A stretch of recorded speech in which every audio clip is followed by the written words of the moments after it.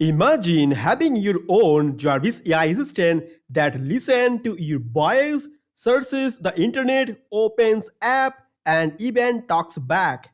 We are building it today using LangGraph and the ultra-fast AI from Groq. In order to building here this Jarvis AI, you're going to be using here Python programming language. So for that, you're also installing some of the module. First, you're installing the module called PyTTX, then speech recognitions, Wikipedia, PyAudio, LangChain, Groq, the most important one, as well as installing here the LangGraph. Okay, so what does this PyTTX actually do? PyTTX3 version number 3 converts text to speech. Jarvis will talk. Second one is speech recognitions. It's basically converting your voice to text. Wikipedia fetches the information from Wikipedia. PyAudio allows microphone input. You can easily keep your input voices through the microphone. LangChain Groq connect to Groq large language model. In this case, we're using the Llama model. LangGraph, this is the most important thing, or you can say most important recipe for this tutorial. Build AI agent workflows using graph. So this is the state graph in LangGraph. So we have a start node and also you have an end node. So in the middle, you have a router. This is called the LLM router. And in this case, we are using here Llama 3.3 models. I mean, Llama 3.3, 17 million versatile model. So you have a router, and this router is basically handling here all of the route. Let's say I creating here a node called greet. So it will basically handling here all of the greeting like good morning, good afternoon, good night, like that. And then another node is handling the searching element from Wikipedia. Let's say I ask a question, what is Python? So it will directly search in the Wikipedia. Okay. And after that, YouTube, let's I say that open YouTube, it will directly go to this node.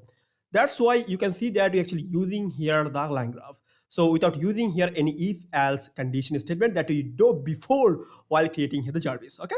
Now in this video, you're going to see that how can you basically creating here this full projects using line graph. So I create this entire applications code in the main.py file that you can see on here. So first what I can do, we are simply going to import it here, all of the module that you already installed. Okay. So import here pyttsx3 and speech recognition as assert. Just give it here an alias so that you can easily access it. And you also import here the date time so that you can also see the date time to the users, as well as you can wish them like good morning, good afternoon, like that. Okay. Then the Wikipedia, it's basically for searching something from the Wikipedia, and web browser is basically for opening the browsers. And the OS, it's basically for actually do some system operations like opening the musics or playing the musics or opening the VS Code like that. Okay. Then you're also importing here threading because you're creating here a workflow. So threading is also important while you are basically doing these speaking functions. Okay. And from typing, we actually import here the type bit is basically important in order to creating here our state. Okay. State of workflow. Then the most important one, there's two things. That's called from langgraph.graph, we import here the state graph that you see in before. See, in langgraph, everything is represented as a graph. And in the graph, we basically have the two things, node and edges. In langgraph, we have three things. We already discussed about it in our previous video, okay? In langgraph, okay? So in langgraph, we have three things that we already talked about, that state, node, and edges, okay? And also you have an and block. You don't have any kind of a start block here, okay? And then you import LangChain underscore Groq, you import here chat Groq so that you can actually using here the large language model from Groq API. Okay. And after that, you can see we actually initialize here our TTSX. Okay, TTS. So first, we need to creating here an engine. This is for the Windows because I'm using here the Windows machine. If you are using here the Mac or Linux, in this case, it could be different. Okay. Now engine equal to pyttsx3.init. We basically initialize here our SAPI pipe. See, this exact code is similar to the if else, but having just some conditions, like just like the we just creating here some nodes in here. And then after that, we basically getting the property of the voices. So you can say that engine.get property of the voices. So in Windows, it have two voices. One is the male voices, another one is the female voices. We're taking here the male voice one because we are male. So engine.set property of the voices, and we're taking here the voices of 0 and taking the ID of it. 0 means we're taking the male ID. Okay. And after that, we're creating here an speak function, which will actually help us to speaking to our Jarvis. Okay. So in this code, you may get some kinds of collisions while speaking, but no problem. It's also working. And then dev, we're creating here a function called dev speak. Okay. That you can see on here. And after that, we are basically going to printing here our, okay. Oh, that's WinSharp command. Okay. Sorry, my bad actually. Sorry, my bad. Actually, I just clicking here this Winsharp refactor. That's why. Okay, so it's just printing here a statement called Jarvis and the text that is coming from the users as a text and engine.say. So our engine is trying to say this one, and after that engine.run and wait. Okay, and then we also give it here and threading so that it can waiting for the workflow execution. Okay. Now, after that, to creating here and speech recognitions. So in this case, we're going to using here the English voice. You can also using in the Hindi, but in this case, you're using here and translator. Okay. Now we're creating here a function called take command. See, this is the super simple and it exactly the same code that we do before when you were creating here our Jarvis. Okay. And then using here this sr.microphone, this kind of microphone, you're going to use it here as a source. And after that, you're simply going to give it here print as a listening so that you can see it out.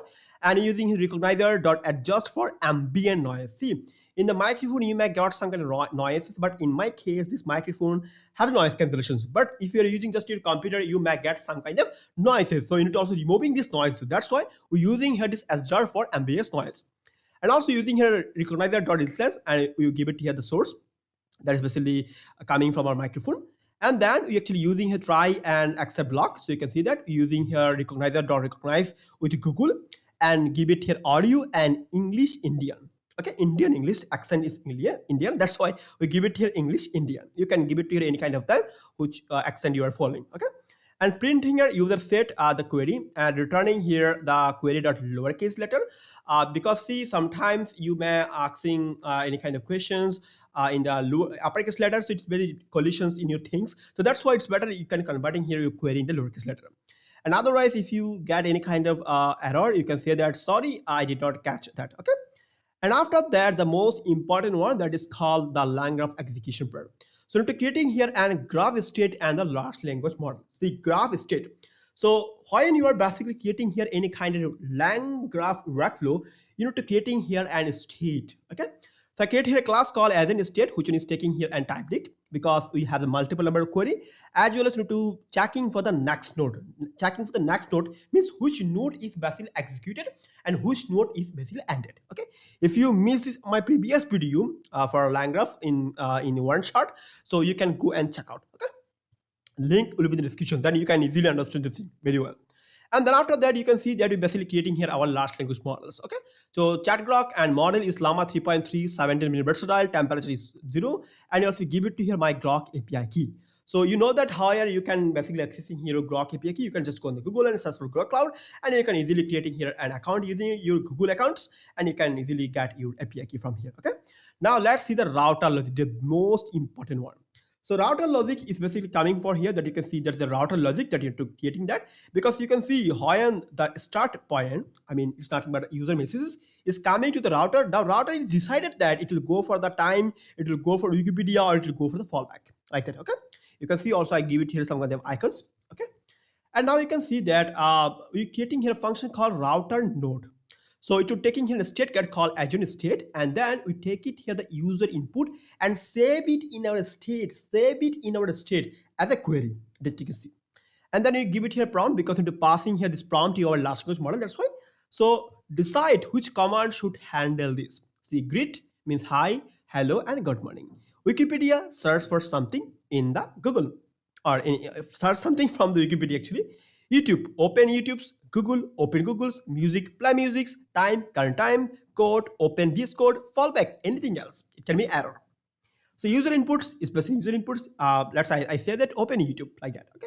Return only the word greet, Wikipedia, YouTube like that. Response, you need to invoke it based on the prompt. And after that, our LLM is basically give me some kind of responses.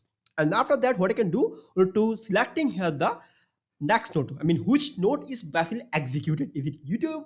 Is it Google? Or is it anything else? Okay. And after that, next node is not in greet, Wikipedia, or this one. We're simply going to say that this is a fallback condition. This is a fallback conditions. Now, when this next node is coming as a fallback conditions, we can say that, sorry, I cannot hear something like that. Okay. Now you can see that we basically creating here our functions and we're returning here an state. We're returning here an state. So def, you can see the great node which I'm taking here state itself. And then you can see date time, we're taking here hour. So if the hour is basically less than 12, it's a good morning. If it is greater than that, you can say good afternoon. Otherwise, if it is less than 18, so you can say that good evening like that. Okay. You can also add it here good night. And then printing and speaking here, you see the speak functions. So you can changing the speak function like this way. Okay. Target is also speak. Okay, sorry, my bad. And after that, what I can do, we can go down, just to wait. And you can see that you're also creating here the node for Wikipedia, which is taking here a state as the agent state. And then we simply going to take into the query from state. See, all of the query is stored into the state. It's called persistent memory. See, in if and else condition, it nothing have, it don't have it like that. Okay. So we already all have our state. Okay, you can easily check this out. I replaced Wikipedia and using history bit, and then we simply going to say that if the query is not here, please specify what you want to search on Wikipedia, and then returning the state so that it can show in printing statement. And then speaking, let's search in Wikipedia and try. You see that Wikipedia summary, and we passing here the query and sentence up to sentence. We're going to take it here from the Wikipedia. And after that, if we got here any kind of exceptions, we can say that speak, I could not find anything on Wikipedia for that. Okay, and returning here the state. See, every time you need to returning here the state because all the data is stored in our state in the persistent memory. And the YouTube node, you can see super simple, opening YouTube, the Google node for opening Google's, and this is for the music node. You can see that. So you basically give it here and music directory, and I'm not going to testing this out here because just because of some of the copyright issue. And if the OS.path is exit, if this path is existed, then you can search for song and you can start any song. You can start from 0, or you can make it 1, or you can also give it a random number. Okay. And play music, if no song is found, you can say that no song found in the directory and music directory is not found, like that. Okay. If you got any kind of errors. Time node, it's for the time, and code node for opening here the code, that you can see that how can you basically using here the codes. Okay, opening here the code. See, this expression is very important. And fallback node, I'm not sure how to do that yet. Okay. Now this is the most important part: building the graph. Building the graph.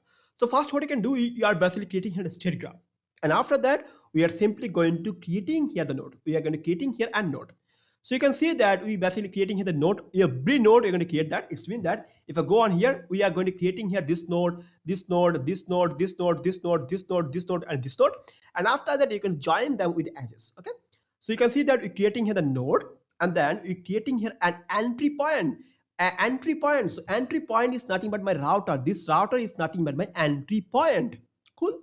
And then after that, we actually creating here and conditional edges. Conditional edges. If you know it, you can see that here is already I have. So I need to do the intent classifications or routing query to different agents. See, routing query to different agents, and see, routing query to different agents. So you can using here this conditional routing graph. And customer support automations, because this is a Jarvis, so it's mean that the workflow is actually working on here, that you can see on here, and you already make the video about that. Okay, that's for this video. And now you can see all the state is stored into the next node. And now you can see those are the node. I'm simply going to pass it here as the lambda functions. And then for nodes, if it is related to Google, it will calling this out and add the edges to it. Okay, add the edges to it. Let's say I asking for the router open the Google. So or open the Google, it will just go on the Google and go to the end positions. I mean, workflow is completed. So you can see workflow.add edges. It means that this start the router, the edges is added here and go to the end block. That's it. That's it. And then compile it here. And after that, now you're going to running here our system, right?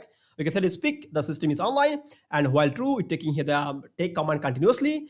And if the no query is not available, do this thing again, not execute this. If any word in word like that, and you can see speak at the goodbye, otherwise you can see back. Now you can see the correct use of the compile state graph. You can see the app.inbook, and then you can printing here our state. Okay. Now let's see it is working or not correctly. Let's see on here. I'm going to saving this out, and then let's go on here, and now let's click on run Python file. Okay. So I hope it will okay opening and it should work. So what will be our first questions? Okay, type object is not subscribable. Any error I could got. Okay, I got the error because my Python version is not changes yet. So to selecting here the Python 3.12. Let's selecting this one. So make sure that you are using here the Python version which is up to 3.10s, but it's better you can using here 3.12. Okay, so click on here open. That's why this kind of problem statement or problem is happening. See, this is very important to selecting the Python version because 3.8 is quite old version that I'm actually using for some cases. Okay, okay, you can see that we got some error because of threading. So we can basically you can basically going to stopping this one because you can see that this threading is not important here. I just edit here for testing purposes. So you can also removing here this threading from here. Okay, you can removing this threading because it's not threading because of blocking some workflow. You can see the workflow is basically blocking. So you can basically removing here this threading part. You can removing it here. So see, just one more thing here on here. If you see this workflow, I mean, if you see this output actually, see when I actually say that open YouTube, you can see workflow finish and final state it hi Jarvis open YouTube. Next node is YouTube. See, next node is YouTube. It means that it directly opening here this one. Go on here. This router is handling these situations and go to the YouTube and again the end block. It's means the next node is YouTube. If I see this one, hi Jarvis, open Google. Next node is Google. You can see the next node is Google. If I say that what time is it, next node is time. You can see next node is time. And if I see that this workflow is not actually happening because of threading issue, and if I see the goodbye, it stop. Okay, so because of threading issue, I don't getting this kind of output. But you can go and check out, and you can easily run this out if you removing here these things. Okay, so that's it from my side. I hope you enjoyed this full tutorial and make sure to subscribe to the channel and share with your friends. I also give you an instruction that you can also make it more advanced. Okay, you can also add some of the functionality that it can using here the large language model. See, we're using here the large language model for just handling this node. Okay, I mean because you're using the LangGraph. Not we are not directly using here this LLM. See, while I asking the questions to our applications or Jarvis, what is Python? So it will directly go to the Wikipedia. Okay, so you need to also give it here in the prompt. See, not directly using here this large language model itself, because it can be possible that our large language model can also give the answer for what is Python. Okay, so this is how you can basically creating here and long-term applications using here this LangGraph. You don't need to using here any if-else conditions. Okay, and you'll see one more thing that you can see in a form of workflow, and you can make it in the form of node and edges. Okay, that's it from my side. Thank you, namaste, and bye bye.